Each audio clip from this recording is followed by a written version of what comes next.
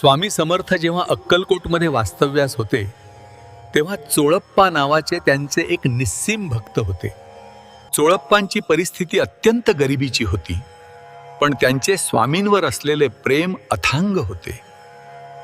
एके दिवशी चोळप्पांच्या घरात अन्नाचा कणही नव्हता. घरात पत्नी आणि मुले भुकेली होती. पण चोळप्पांच्या मनात विचार आला, मी उपाशी राहिलो तरी चालेल, पण माझ्या स्वामींना मी आज काहीतरी खायला घातले पाहिजे. त्यांनी इकडून तिकडून थोडे पीठ गोळा केले आणि आपल्या पत्नीला 2 जाडसर भाकरी करायला सांगितल्या. चोळप्पा भाकरी घेऊन समर्थांकडे निघाले. वाटेत त्यांना वाटले, स्वामी तर राजयोग भोगणारे आहेत, त्यांना माझ्या या साध्या भाकरी आवडतील का? पण जसे ते मठात पोहोचले, स्वामींनी लांबूनच ओरडून सांगितले, चोळप्पा, आणली का माझी भाकरी? मला खूप भूक लागली आहे. स्वामींनी त्या भाकरी अत्यंत आनंदाने खाल्ल्या. चोळप्पांच्या डोळ्यात आनंदाश्रू उभे राहिले. त्याच वेळी अक्कलकोटच्या राजाने स्वामींसाठी 56 भोगाचा नैवेद्य पाठवला होता. तिथल्या काही अहंकारी लोकांनी चोळप्पांची थट्टा करायला सुरुवात केली की स्वामींनी या गरिबाची कोरडी भाकरी खाल्ली, आता राजाचा उत्तम नैवेद्य कोण खाणार? स्वामींनी हसून त्या लोकांना सांगितले, अरे या भाकरीत जो गोडवा आहे तो तुमच्या पक्वान्नात कुठे?